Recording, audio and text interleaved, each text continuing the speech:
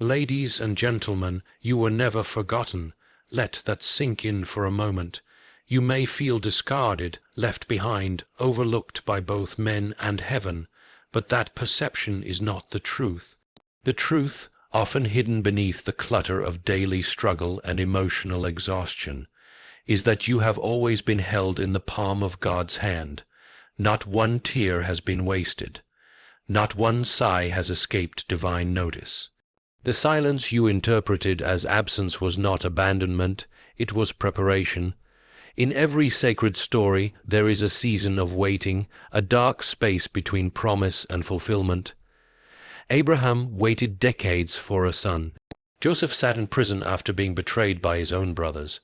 Even Christ himself waited 30 years in obscurity before stepping into public ministry. You see, God is not in a hurry. We are, but what is divine is never rushed. It unfolds at the speed of perfect wisdom, and perfect wisdom is patient. So many of us live in quiet torment, believing that because the miracle hasn't arrived yet, it's been revoked. That maybe we're disqualified, too broken, too inconsistent, too late. But again, that's not truth. That's fear dressed in logic. The truth is, preparation often feels like punishment. That's why we resist it. We want the fruit without the planting, the crown without the cross. Yet without the depth of preparation, the miracle would only crush us. We must become the kind of vessel that can carry the weight of what God intends to give. This is not just spiritual theory, it's psychological necessity. The mind must expand before it can inhabit a new reality.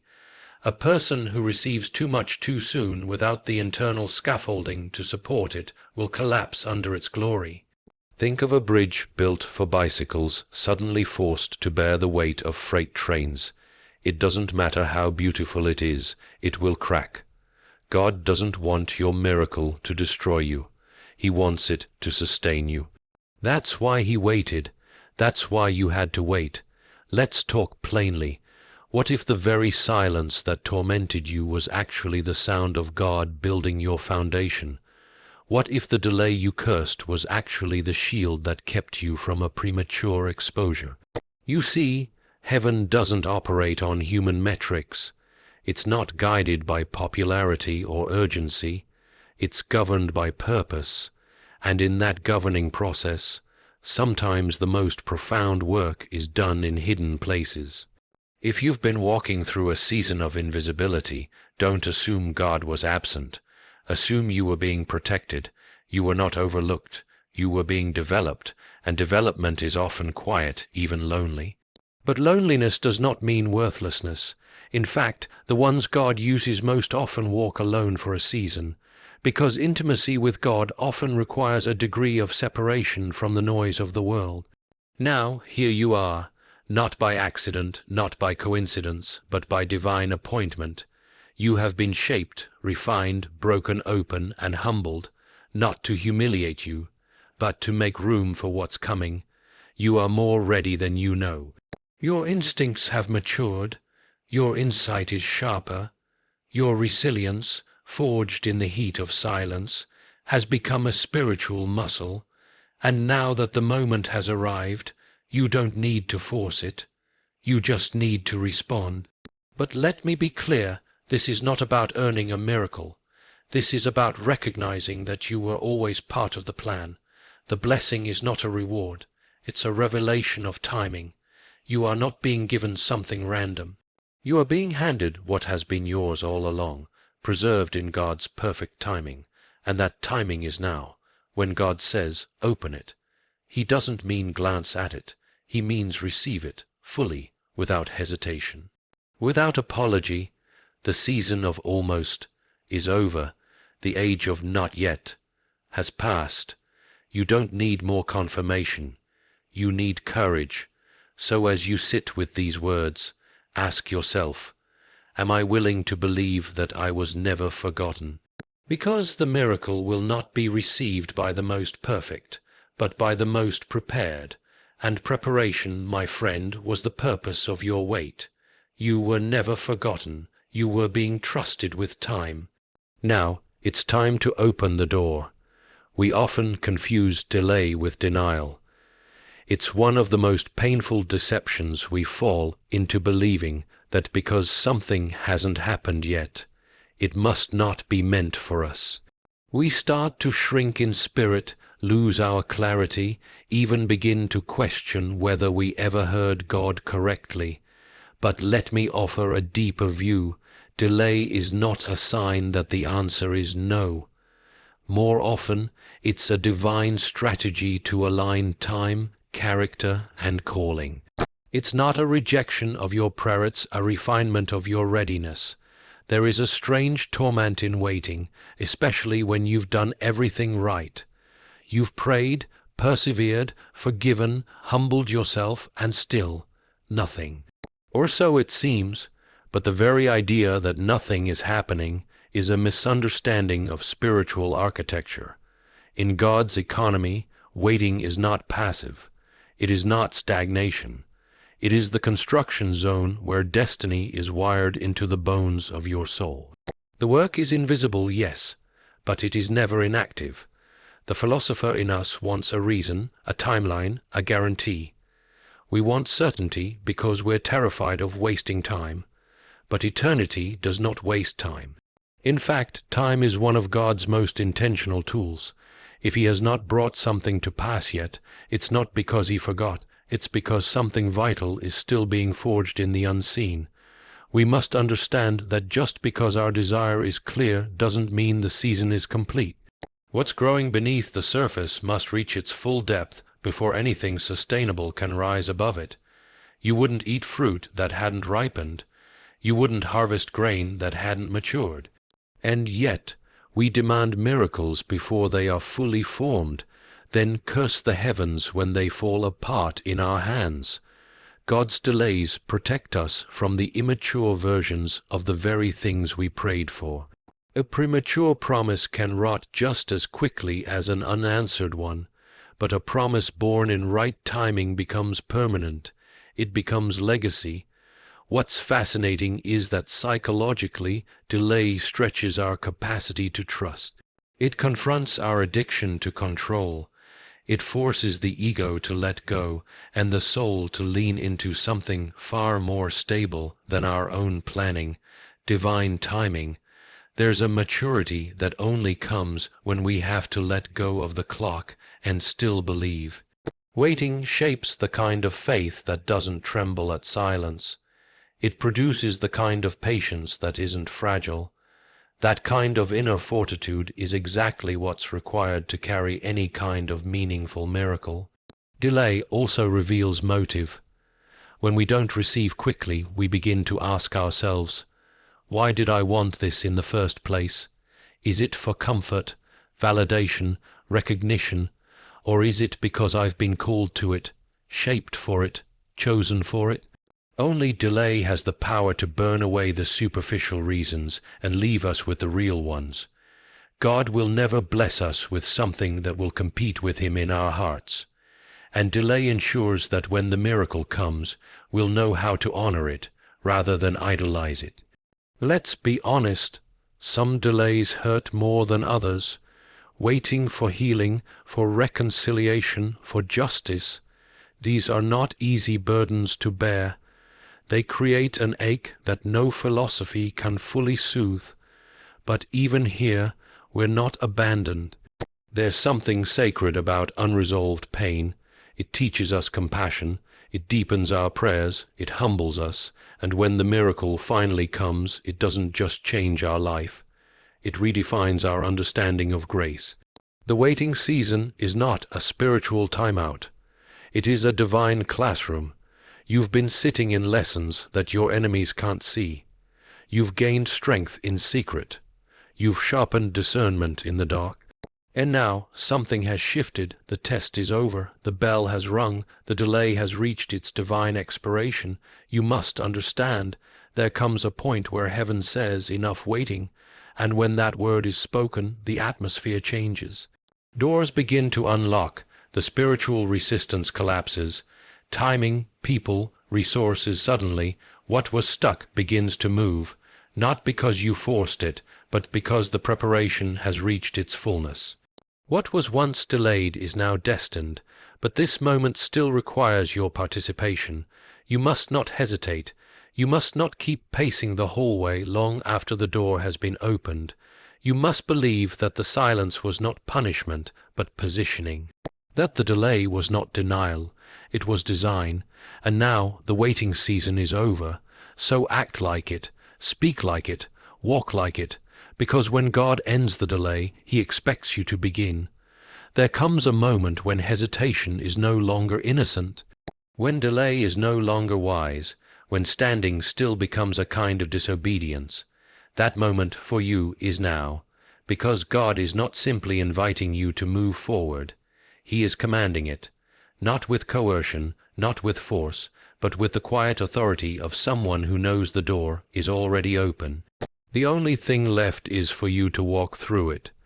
We tend to imagine divine instructions as gentle nudges, vague signs, or subtle coincidences.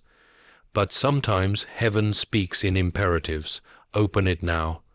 Not when you feel more ready. Not after you've overthought it into paralysis. Now, this moment carries an urgency that isn't meant to scare you. It's meant to awaken you. You've asked for a sign. You've prayed for a shift. This is the shift. The time for deliberation is over. The door is already unlocked. What remains is your obedience. But what keeps us frozen, even when the way is clear? Often, it's not a lack of faith in God, it's a lack of faith in ourselves. We fear that we will misuse the opportunity, mishandle the gift, or somehow prove unworthy of the very thing we were chosen to carry. That fear is not humility, it's a spiritual distortion. Humility does not cower. True humility moves when called. It says, I may not feel ready, but if you said now, then now is holy. There's a psychological truth here. The longer we hesitate, the louder our doubts become. Every second we stall is another second our mind fills with imagined failures, rehearsed criticisms, false scenarios where we lose what we haven't even touched yet. The human mind, in its brilliance, can become its own prison when it feeds on uncertainty. But you were not created to live in a hallway of what-ifs. You were created to enter the room of divine purpose. And consider this: what if the reason the door opened in the first place is because the version of you that exists right now is the one equipped to handle what's behind it? Not the idealized version you keep waiting to become, not the healed, polished, perfectly confident self you've imagined. No, you, with your current blend of strength and weakness, insight and insecurity, are being called forward. Spiritual growth isn't about reaching a point of flawless readiness. It's about developing the sensitivity to hear God say now, and having the courage to say yes. Most people miss their moment not because it was hidden, but because it looked too ordinary, or it arrived while they were still healing, or it felt too risky, too big, too soon. But this is the nature of divine calling. It rarely feels convenient. God's instructions will stretch you because miracles are always found on the other side of movement. In Scripture, nearly every breakthrough is preceded by a command. Stretch out your hand, pick up your mat and walk, go wash in the pool, launch out into the deep. Each miracle required action, not because God needed movement to perform, but because we need movement to believe.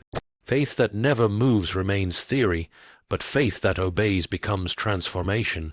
So now the word comes to you, open it. Stop knocking on doors that are already open. Stop asking for confirmation when what you need is conviction.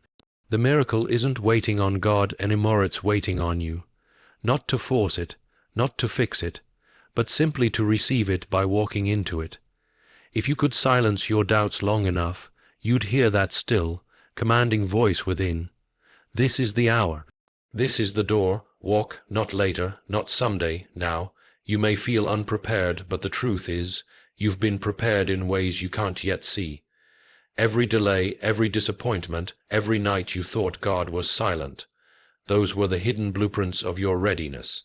You didn't miss your moment, you became your moment, and now that it's here, your only responsibility is to say yes, not because you have it all figured out, but because the one calling you does. The door is open. Heaven is waiting. What remains is your movement, so go, not with fear, not with doubt, but with the quiet confidence of someone who understands. When God commands, it is not merely permission to act. It is the miracle itself beginning to unfold. We often speak of miracles as though they are gifts wrapped in personal delight, answers to prayer long, awaited breakthroughs, secret dreams fulfilled. And while that may be true in part, it's far from the whole truth. What if I told you your miracle wasn't just for you, that what is arriving in your life is not just a reward but a responsibility, a calling disguised as a blessing? This is the part we often overlook. The miracle has a mission. It's tempting to believe that the good things finally reaching you are meant solely to soothe your suffering or validate your journey. But the miracle God sends is rarely isolated, it is deeply relational. It spills over, it reaches beyond you, because in God's economy, nothing is ever just personal. It is always purposeful. What's being placed in your hands now is not simply an answer, it's an assignment.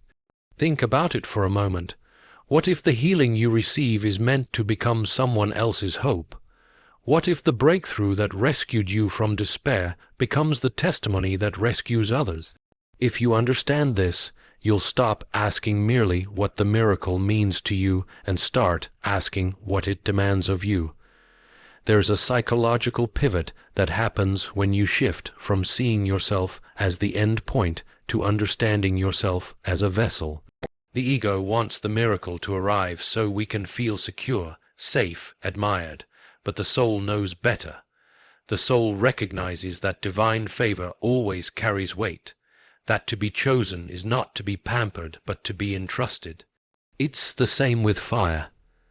You don't light a flame just to warm yourself. You carry it to light the way for those still walking in the dark. The miracle that arrives in your life is not merely to celebrate. It is to activate.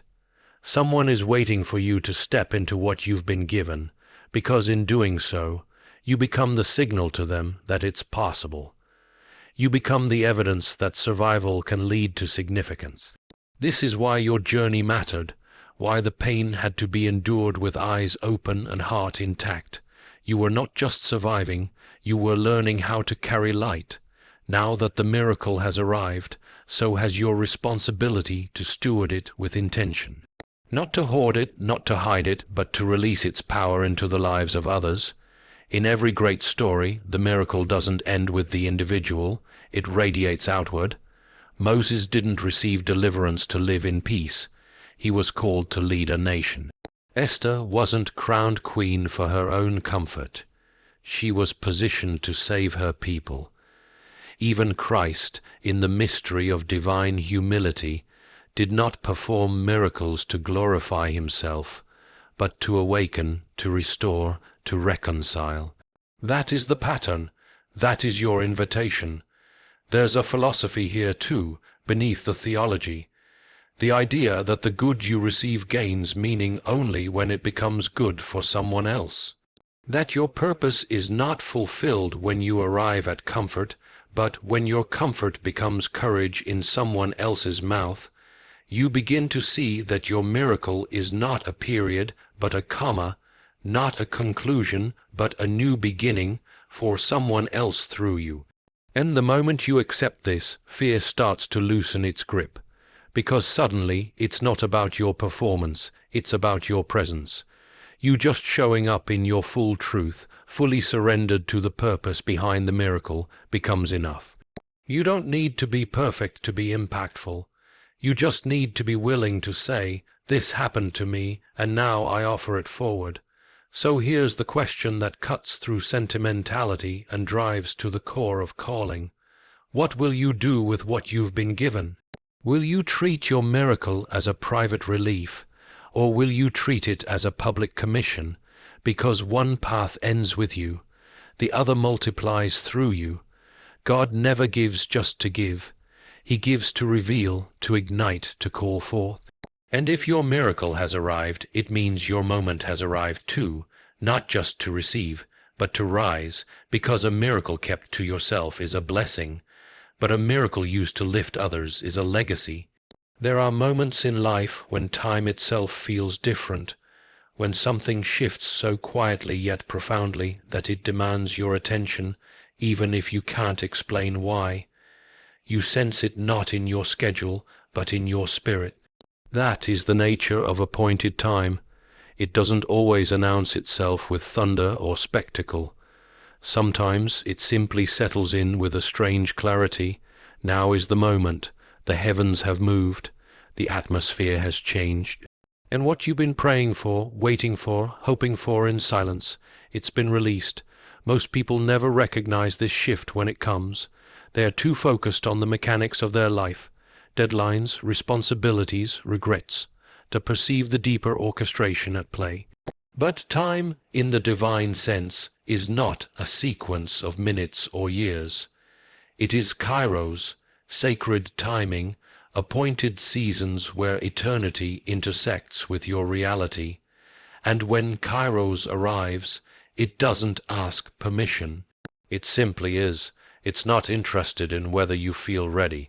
It's interested in whether you will respond. So let me speak plainly. This is your appointed time, not because you've done everything right. Not because you've finally become worthy, but because the alignment has arrived. What has been held back, delayed, or slowed is now being released. Not because the world around you is less chaotic, but because the timing within you has matured. Heaven never releases what your soul cannot yet sustain. And if it's being released now, that means something in you has become capable of holding what once would have broken you. Understand the depth of this. You are not being offered just an opportunity. You are being offered alignment. Everything you've been through, every disappointment, delay, quiet victory, and silent growth, has led to this intersection. The moment where purpose meets timing, where preparation meets invitation. This is the hour where what has been gestating in the dark gets permission to take form in the light. But here is the challenge. Appointed time demands action. It requires discernment, yes, but beyond that, it requires movement, and movement always costs something. It costs comfort, certainty, sometimes even relationships or old versions of yourself that no longer serve the calling you're stepping into. But that cost is not loss, it is exchange. You are not losing safety, you are gaining significance. Too often, we confuse waiting on God with refusing to move, but the two are not the same. Waiting is active. It is attuned. It's like standing at the edge of a platform, listening for the sound of the train that you know is coming. And when it finally pulls in, you don't just stand there admiring it. You step aboard. This is the train, this is the moment, you've waited long enough, the release has been spoken, heaven has signed off, now it's your turn. You may be tempted to delay a little longer, to ask for just one more sign, one more confirmation. But you already know. The evidence is not in your circumstances, it's in your conviction. That quiet, holy unrest you've been feeling, that sense that something is about to break open, even if you can't explain how. That's the signature of appointed time. It doesn't come with full explanations. It comes with invitation and a choice. The choice is this. Will you honor the time you've been given, not just with awareness, but with action? Not just with appreciation, but with alignment. You don't need to have every step mapped out. You just need to walk through the door that has already been opened. This moment has not come to tease you. It has come to transition you from potential to purpose, from waiting to walking. If you hesitate too long, the weight of what's been released can start to feel overwhelming. Not because it's too much, but because you were never meant to carry it while standing still. Momentum is part of the design, Miracles were made to move, and you were made to move with them. So hear this with your full spirit. The release is real. The time is now, and heaven is not confused about who you are or what you're called to carry. You've been entrusted with this moment because you were shaped by the delay to withstand the blessing. Don't miss the hour. Don't shrink from it. Don't second guess the voice that told you it was yours. The seal has been broken. The heavens have released it, and now your life must respond. Faith is often spoken of in grand poetic terms. It's framed as a beautiful belief in what we cannot see, a quiet trust in divine timing. And while those definitions are true, they often miss something critical. Faith is not a feeling, it is movement, and if you do not act on what you believe eventually withers into theory. You've been told your miracle has arrived, you've heard the call, you've sensed the shift. Now comes the final, most difficult step, to claim what has been given, to walk in faith rather than fear. Fear disguises itself well. It pretends to be wisdom. It hides under the name of caution, preparation, even discernment. But its true intention is always the same, to keep you where you are, not because you're safe there, but because you're silent there. Fear doesn't need to convince you that your miracle isn't real. It only needs to convince you that you're not ready for it. That's the lie, that's the trap. You don't need to wait for fear to disappear before you move. Courage is not the absence of fear, it's the refusal to let fear dictate your behavior. When you walk in faith, you carry the fear with you, but you don't let it sit in the driver's seat. You acknowledge its presence, but you deny it power. And that simple act of stepping forward despite the tremble in your bones is often the key that unlocks the door that's already open. You see, many of us are not waiting on God. We are waiting on ourselves to stop doubting that He already moved. The miracle doesn't always show up as a flashing light. Sometimes it looks like an opportunity you don't feel qualified for. Sometimes it looks like a conversation you're afraid to have, a door you're unsure about walking through, a change that feels like too much, too fast. But miracles are often uncomfortable because they invite you into becoming, and becoming requires faith. There is a certain kind of psychological safety in staying still. The familiar pain becomes preferable to the unknown blessing. It's easier to manage disappointment than to manage hope. Hope requires risk. It demands vulnerability. It asks you to live with your hands open rather than your fists clenched. And for some, that is more frightening than failure. But the person who lives only to avoid fear also avoids growth. And worse, they delay the very destiny that has already been marked as theirs. To walk in faith is to affirm with your actions what you've already heard in your spirit. It's to move even when the outcome isn't guaranteed, to speak the vision before the room is ready to receive it, to risk being misunderstood in order to remain aligned. You are not being called to prove your worth. You are being called to embody it. The promise is not ahead of you as a prize, it's within you, waiting to manifest the moment you start walking like you believe it's true. Think of it this way. If God has said the miracle has arrived, then every step you take in fear is a step away from what is already yours. You don't need to convince heaven to release anything. It's already done. The question is no longer will it happen. The question is will you receive it? And receiving doesn't just mean accepting it emotionally. It means structuring your life around the reality that it has come. It means preparing the room, shifting your mindset, speaking as though the outcome is certain, not because you're naive, but because you are aligned. Faith is not arrogance. It's obedience. It's the bold, steady willingness to walk toward what God said belongs to you. But make no mistake, faith will cost you. It will cost you comfort, certainty, and sometimes the approval of others. But the reward is far greater: alignment with your purpose, peace in your identity, and the ability to steward the miracle once it's in your hands. So I leave you with this: fear is not your master, doubt is not your identity, delay is not your destiny. You were chosen to walk in faith, not to wait in fear. This is your moment, the miracle is here. The only thing left to do is act like it, because faith that doesn't move is only a story we tell ourselves, but faith that walks, that is the story God tells through us.